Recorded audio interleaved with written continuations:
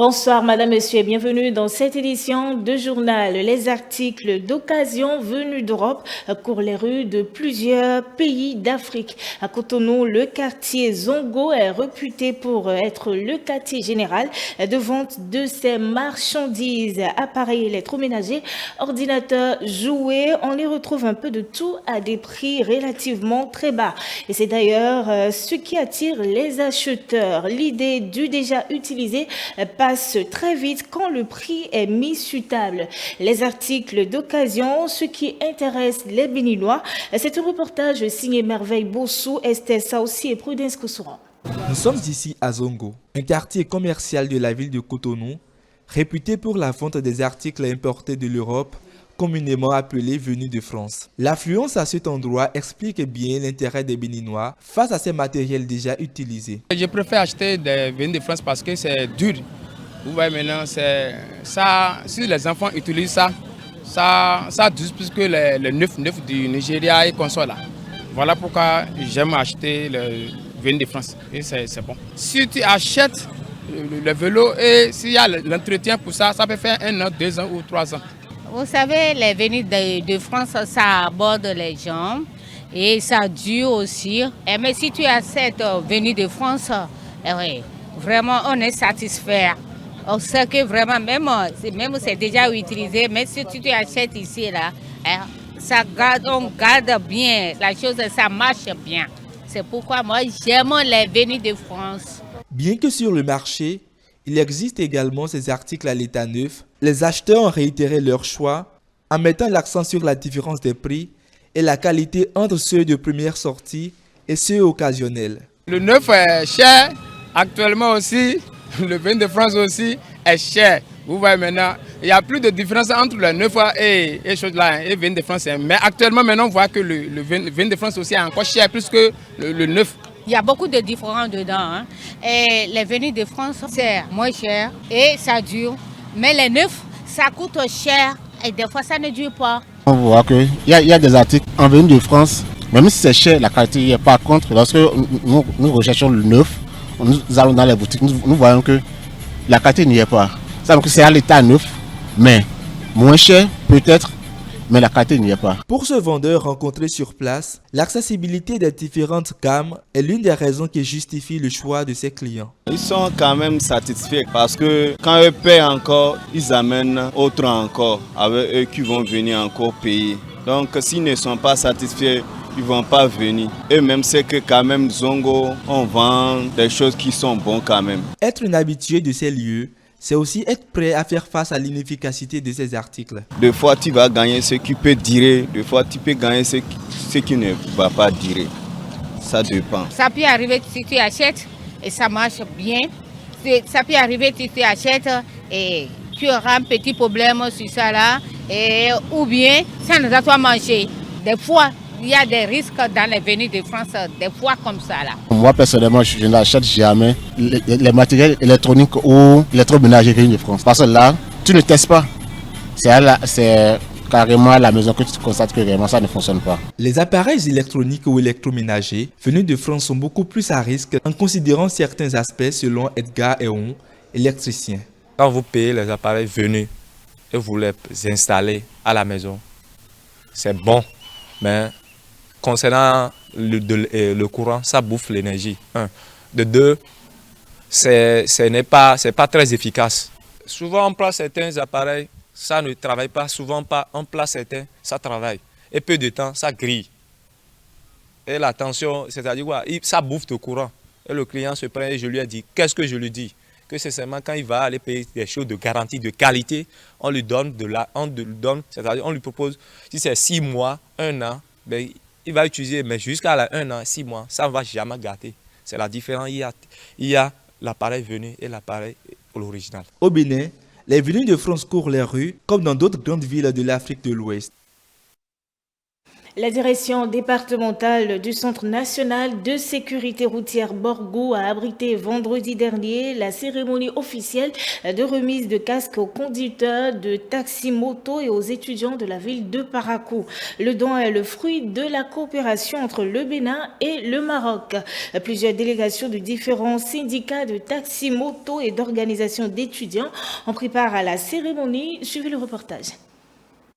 Réduire le taux des accidents de la route dans les communes du Bénin, tel est l'objectif de la campagne nationale de distribution de casques homologués. L'initiative émane du Centre national de sécurité routière, CNSR, appuyé par le Royaume du Maroc. Ces casques offerts sont le fruit de la coopération agissante entre le gouvernement du Bénin et du Maroc, notamment entre le ministère des Infrastructures et des Transports du Bénin et le ministère marocain de l'équipement, des transports, de la logistique et de l'eau. Nous avons lié une coopération avec le Royaume du Maroc. Le Bénin a lié une coopération avec le Royaume du Maroc. Et à l'intérieur de cette coopération, le Centre national de sécurité routière a lié une coopération avec le CNPAC. On l'appelait en son temps, maintenant c'est devenu ANASER, Agence nationale pour la sécurité routière du Maroc. Le jour où on signait la convention, il y avait deux ministres. Deux ministres étaient présents pour assister à la signature. Et quand on a fini, les ministres ont dit, il ne faut pas aller ranger les conventions dans vos tiroirs. Nationale de distribution de casques homologués. L'initiative émane du Centre national de sécurité routière, CNSR, appuyé par le Royaume du Maroc. Ces casques offerts sont le fruit de la coopération agissante entre le gouvernement du Bénin et du Maroc, notamment entre le ministère des Infrastructures et des Transports du Bénin et le ministère marocain de l'équipement, des transports, de la logistique et de l'eau. Nous avons lié une coopération avec le Royaume du Maroc. Le Bénin a lié une coopération avec le Royaume du Maroc. Et à l'intérieur de cette coopération, le Centre national de sécurité routière a lié une coopération avec le CNPAC. On l'appelait en son temps, maintenant c'est devenu ANASER, Agence nationale pour la sécurité routière du Maroc. Le jour où on signait la convention, il y avait deux ministres. Deux ministres étaient présents pour assister à la signature. Et quand on a fini, les ministres ont dit, il ne faut pas aller ranger les conventions dans vos tiroirs. Il faut les faire agir. Il faut que les conventions puissent porter leurs fruits. Les représentants du maire de la commune de Parakou et du recteur de l'université de Parakou ont prodigué des conseils à l'endroit des conducteurs de taxi-moto et des étudiants principaux bénéficiaires des casques. Je vais appeler votre attention et vous appeler à ce que ces casques-là qui vous seront remis ce jour ne soient pas mis devant les motos. Les casques sont pour la tête et non sur la moto. Il ne s'agit pas de prendre ces casques-là et de les déposer dans les chambres. Vous avez tout le package nécessaire pour assurer votre sécurité sur la route. Chers étudiants. Les bénéficiaires ont leur nom propre et au nom de leur père remercié le CNSR et le Royaume du Maroc et ont rassuré les autorités de l'usage bienséant qui sera fait des casques. Nous allons passer par la même occasion remercier les chefs de l'État. Remercier les chefs de l'État parce que avec la distribution de façon transparente que nous voyons présentement, nous sommes dans l'obligation de lui dire vraiment un grand merci. Un grand merci parce que on vient de dire devant nous qu'il n'y a que 1000. Mais dans les 1000, notre commune a été choisie. Vraiment infiniment merci à toutes les autorités qui ont pensé à nous. Nous allons aussi prendre l'engagement ici d'utiliser cela à bon port. Je voudrais rassurer donc Madame la représentante du recteur que ces mots, ces conseils donnés tout à l'heure ne sont pas tombés dans les oreilles du sourd. Nos étudiants en ont pris bonne note. Au cours de la cérémonie de remise de casques, les conducteurs de taxi-moto ont été instruits sur la détention désormais d'un permis de conduire de la catégorie A. Voilà, ce journal il se poursuit. Toutes nos excuses pour cette interruption, indépendamment de notre volonté. On va rester dans le septentrion du Bénin. Les personnes affectées par le projet de construction de logements sociaux à Parakou, dont les dossiers sont au complet, ont reçu leur chèque de dédommagement. Et c'est le directeur adjoint de l'Agence nationale du domaine et du foncier qui a coordonné la cérémonie en présence des autorités municipales et locales.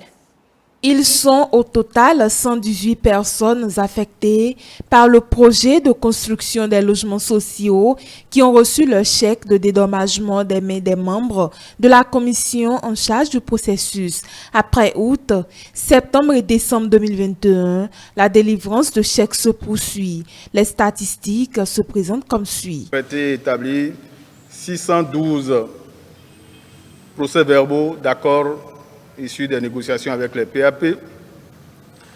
Sur ces 612, il y a encore 62 qui sont en attente de signature, donc pour lesquels les personnes concernées ne sont pas encore passées les signer.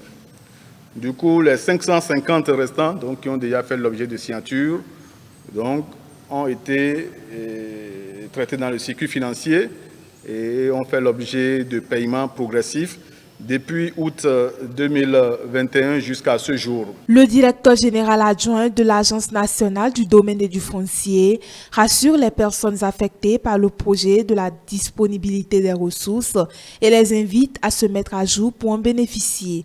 À sa suite, le représentant du préfet du Borgou salue le président Patrice Talon pour le caractère social qu'il place dans la réalisation du PAG. Je voudrais dire que au niveau du gouvernement, les ressources nécessaires pour indemniser l'ensemble des PAP sont mises en place et n'attendent que, n'est-ce pas, la validation pour la fourniture des dossiers par les PAP pour que, n'est-ce pas, ils soient traités et payés.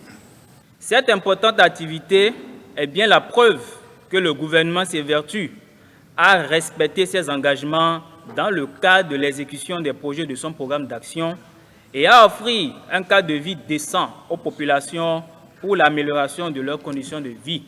Le représentant des bénéficiaires invite ses pairs à une utilisation efficiente des fonds. À toute la salle, ceux-là qui seront payés ce matin pour qu'ils en fassent bon usage de l'argent, il ne faudrait pas que ça passe pour autre chose. Utiliser ça pour une bonne cause, même si c'est avec un peu d'argent, on peut faire beaucoup de choses. Rappelons que selon les propos du directeur général adjoint de l'Agence nationale du domaine et du foncier, les dossiers irréguliers, incomplets ou litigieux sont en cours de traitement. Dimanche prochain, le jeune humoriste béninois Ariel Vito organise la deuxième édition de son spectacle dénommé Rire avec Arrière. Un événement couplé avec la formation des enfants et adolescents sur l'art de faire rire. Avant sa production sur scène, l'artiste a animé une conférence de presse avec son coach pour préciser justement l'intérêt de cette initiative. Regardez. C'est une conférence de presse qui annonce le spectacle de restitution dénommé Rire avec Ariel et la formation hebdomadaire que le jeune humoriste a initiée à l'endroit des enfants de 10 à 16 ans en vue de les occuper sainement pendant les vacances. L'artiste a tenu à repréciser l'objectif qui sous-tend cette initiative. Au fait, j'ai remarqué que les enfants qui sont venus, ce ne sont pas des enfants qui ont l'habitude de parler en public. Ce sont des enfants qui sont, ce sont mes camarades qui sont plutôt calmes, timides et qui n'arrivent pas à se décomplexer, ou comment dirais-je. Mais je veux les apporter la facilité de parler devant un public, la facilité de prendre c'est-à-dire la facilité de venir devant d'innombrables personnes et puis commencer par parler sans peur, sans stress, comment gérer le stress. Et voilà, c'est ce que je vais apporter à mes camarades durant cette formation. À cette occasion, les enfants se sont essayés à des séquences d'humour.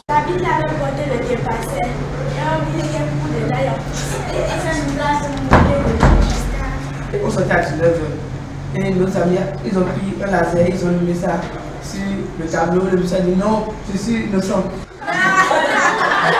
Le coach de Ariel Vito et coformateur de cette initiative a saisi l'occasion pour remercier l'ensemble des partenaires qui soutiennent le spectacle Rire avec Ariel. Rire avec Ariel, c'est un concept qui a vu sa première édition se réaliser déjà les vacances passées à l'École internationale du théâtre du Bénin. Ça a formé des cadres, ça a formé des orateurs, ça a formé des humoristes. Et l'édition était tellement belle, les parents étaient tellement demandants que ce projet ne pouvait mourir. Donc on est revenu avec la deuxième édition de ce projet. Et cette fois-ci, ce n'est plus que les parents de Ariel qui ont accepté, ont cru au projet. Il y a le FUNIAP qui a sorti ses pieds, ses mains et tout pour accompagner le projet. On a les télévisions qui ont accepté le projet et tout. On a d'autres partenaires qu'on va citer au jour de la restitution. Donc c'est super important. Les parents aussi sont des partenaires à ce projet parce qu'ils nous ont donné leurs enfants pour les former et tout. Le public est donc invité dimanche prochain pour voir se produire un jeune talent qui essaie de faire ses preuves dans le domaine. Les candidats au BPC session de juin 2022 n'ayant pas composé le 13 juin dernier pour les raisons de santé prennent part depuis ce lundi hier donc à la session de remplacement.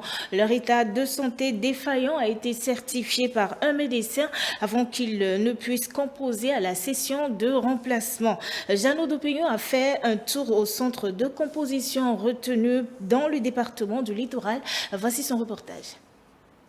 9 candidats sur 10 se sont présentés à la session de remplacement du brevet d'études du premier cycle ce lundi 27 juin 2022. Pour le département du Littoral, c'est le CEG Sainte-Rita qui abrite la composition. La première épreuve achevée, quelques candidats se sont confiés. Aujourd'hui, nous sommes venus faire la composition. Donc, on voit que l'épreuve d'aujourd'hui est tellement facile. On a fait de notre mieux. Nous avions composé en communication écrite. À 10h maintenant, la lecture. Et le soir, l'histoire géo. Voilà, ça fait à demain. Je me sens bien parce que l'épreuve qu'ils nous ont amenée là, ça va. Ces candidats reconnus indisposés par un agent de santé lors de la session normale reviennent composer dans le but de rattraper leur absence et surtout de ne pas perdre l'année scolaire. Quand je suis en train de composer là, j'ai eu la fièvre, quoi. Et la sage-femme m'a dit que je vais aller à la session de remplacement. J'ai déjà pris des médicaments maintenant. Maintenant, je me sens bien. Je suis sûr de pouvoir achever mon BPC cette année. J'ai eu les maux de ventre. Bon, pour me sentir mieux, j'ai pris des médicaments. Pourquoi? Les soins médicaux et autres. Je suis sûre de déclencher mon BPC. Le chef centre du CEG Sainte-Rita explique l'état des lieux. On compte un seul absent à cette session. Il y a 10 candidats qui ont déposé le dossier. Ce matin, nous avions eu 9. Sûrement qu'il y a encore un qui traîne sûrement sa maladie. Donc les 9, déjà à 7 heures, étaient presque là. À 8 heures, on a les 9. Les surveillants de salle sont arrivés comme c'est une salle. Les consignes ont été données. À 8h00, la directrice départementale et l'IPD ont lancé. Je pense que les candidats composent normalement. Et nous espérons avec la présence de l'infirmier du centre qu'il n'y aurait plus d'abandon. Comme à la session normale, les candidats auront 3 jours de composition. La correction des copies et la publication des résultats se feront au même moment que ceux des candidats de la session normale. Et puis un dernier élément, dans ce 19h, les écureuils handballeurs participent au tournoi international de handball qui se tient du 27 au 30 juin 2022 au Maroc. Avant leur départ, le président de la Fédération béninoise de handball a offert un dîner aux joueurs dimanche dernier afin de leur doper le moral. La réception s'est déroulée en présence du représentant du ministre des Sports, Bellarminus Kapovi. Suivez. La Fédération béninoise de handball a, à travers un dîner, dopé le moral des écureuils seniors du Bénin avant leur départ pour un tournoi international au Maroc. Sidikou Karimou, président de la fédération, témoigne son soutien à l'endroit de l'équipe et leur souhaite une bonne compétition. Je pense que nous sommes une chaîne, je pense que nous sommes une équipe. Nous, au niveau du comité exécutif, nous pensons que nous avons fait ce qui est de notre devoir pour vous mettre dans de bonnes conditions. Et là, la balle est dans votre camp. Vous avez à nous montrer que nous pouvons croire en vous. Nous devons continuer, pas garder le même niveau ou aller plus loin. Donc, on vous a à l'œil et bon voyage, très bonne compétition au Maroc. Présent à ce dîner, le représentant du ministre des Sports a témoigné son soutien et sa confiance aux joueurs et espère une victoire au bout. Je voudrais vous inviter à être conscient de ce que c'est le Bénin que vous représentez. Le Bénin de la rupture, le Bénin du nouveau départ, le Bénin qui sait faire les choses autrement avec élégance, mais surtout avec dynamisme et ardeur. Grand partenaire de la Fédération béninoise de handball, le directeur général du groupe Nobila place quelques mots à l'endroit des joueurs. Nous savons que pour réussir, nous devons rester une équipe. Et nous comptons sur les joueurs pour qu'ils restent une équipe, qui cultive la solidarité. Et c'est sûr que nous remporterons des victoires. Après avoir exposé l'objectif des joueurs béninois dans cette compétition, le sélectionneur national espère vivement une victoire de leur part. Par la suite, les joueurs ont par la voix de leur porte-parole rassuré les uns et les autres et se disent conscients des défis à relever. Ils ont également remercié tous ceux qui ont œuvré pour la bonne marche des activités. L'objectif pour le Bénin, c'est de jouer franchement pour qu'on puisse voir le niveau réel de l'équipe, de savoir qu'est-ce qu'il faut corriger, qu'est-ce qu'il faut travailler pour hisser le handball béninois au niveau des seniors au sommet de l'Afrique. C'est important. Nous sommes conscients de la charge, de la responsabilité que nous avons. Et mes coéquipiers et moi avons le moral assez haut pour pouvoir défendre vaillamment les couleurs du pays. C'est également le moment pour nous de remercier tous ceux qui n'ont ménagé aucun effort pour que nous soyons ici. Nous allons saluer le groupe Nobila. Nous allons également dire merci au comité exécutif de la Fédération béninoise de handball qui a mis les bouchées doubles pour que la préparation soit faite dans de meilleures conditions. Également, nos remerciements s'adresseront au comité technique qui a élaboré un plan de travail assez conséquent pour nous. Nous avons travaillé et je crois que autant nous sommes ici, nous n'allons pas là-bas pour faire pied de figure. Nous allons défendre valablement les couleurs du pays et nous allons rentrer avec de bons résultats. Notons que 16 joueurs au total sont retenus pour participer à ce tournoi. Un tournoi qui regroupera également le Togo, le Burkina Faso, la Côte d'Ivoire et le Maroc. Et c'est sur ce récit de Nafissatou Hassani que nous refermons cette édition du journal. Merci, madame, monsieur, de nous avoir suivis. Suivez-nous aussi sur nos différentes plateformes digitales. Notre site internet, le www.etelebena.com, notre page Facebook, eTélé en direct, notre compte Twitter, eTélé Live, sur YouTube, eTélébena. Suivez-nous également en direct via l'application iOS et Android, eTélébena, tout simplement.